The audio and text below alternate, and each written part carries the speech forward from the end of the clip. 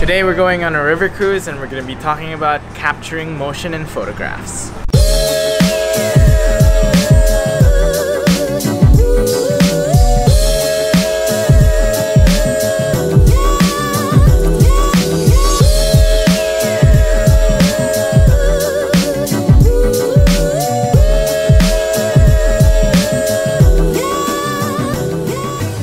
So, what is capturing motion used for? Well, basically it's able to convey motion and it creates movement in a still photo. So that's kind of, oxymoronic, but yeah, that's the idea. You're able to have movement in something that's still, and that's what we're gonna try to do today. So let's go.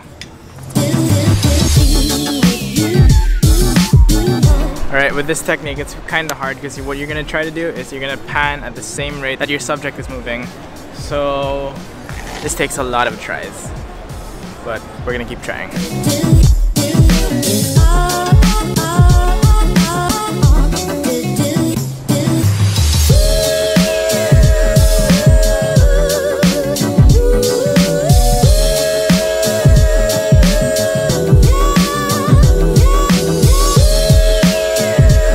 Dude, we did it!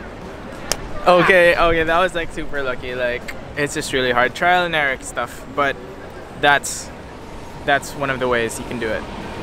Alright, let's move on.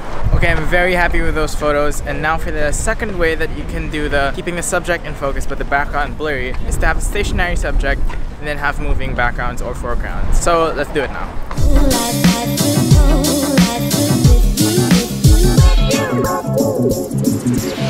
Alright, I'm pretty happy with those shots, and now for the second way, which is to keep the background in focus but your subject in motion. Let's jump to tonight where I show you how to do light trails. So what I'm doing now is I'm gonna do some long exposures here, and I'm gonna be basically getting the light trails of the cars passing by in front of this monument. So the cars are the subject and basically the monument is the background. I'm gonna get the subjects moving and the background in focus. So the settings I have right now, it's a 5-second exposure. It's at f10 and ISO 100. Because I'm using a slower shutter speed, I'm compensating with aperture and ISO.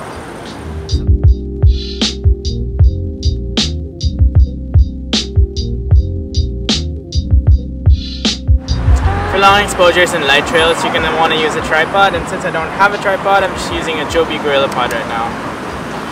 It'll have to do.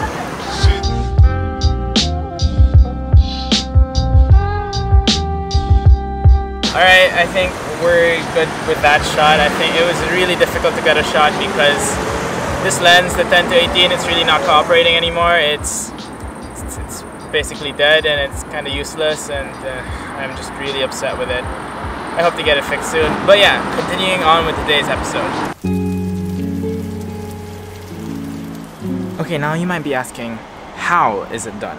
Well, the first thing you can do is you slow down your shutter speed. Slower shutter speeds means longer exposure times, meaning you can capture the motion of fast-moving subjects. So in the example a while ago, I slowed down the shutter speed to around 1/10 and the cars were a blur. Another thing you can do is to make your aperture smaller to compensate for the excess light because of your longer shutter speed. This will also help you get everything in focus and everything sharp.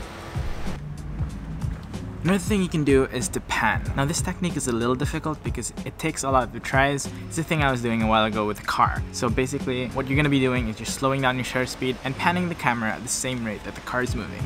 Now this is difficult because it's hard to estimate how fast you should be moving.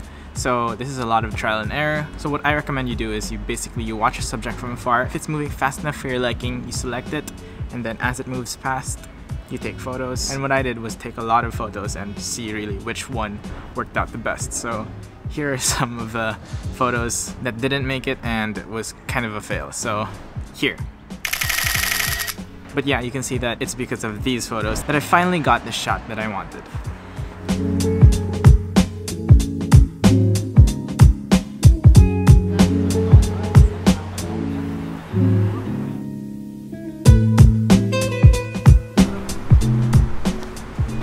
Alright, that's about it for today's episode. Today's actually our last full day here in Vienna, and tomorrow marks a new chapter of this trip.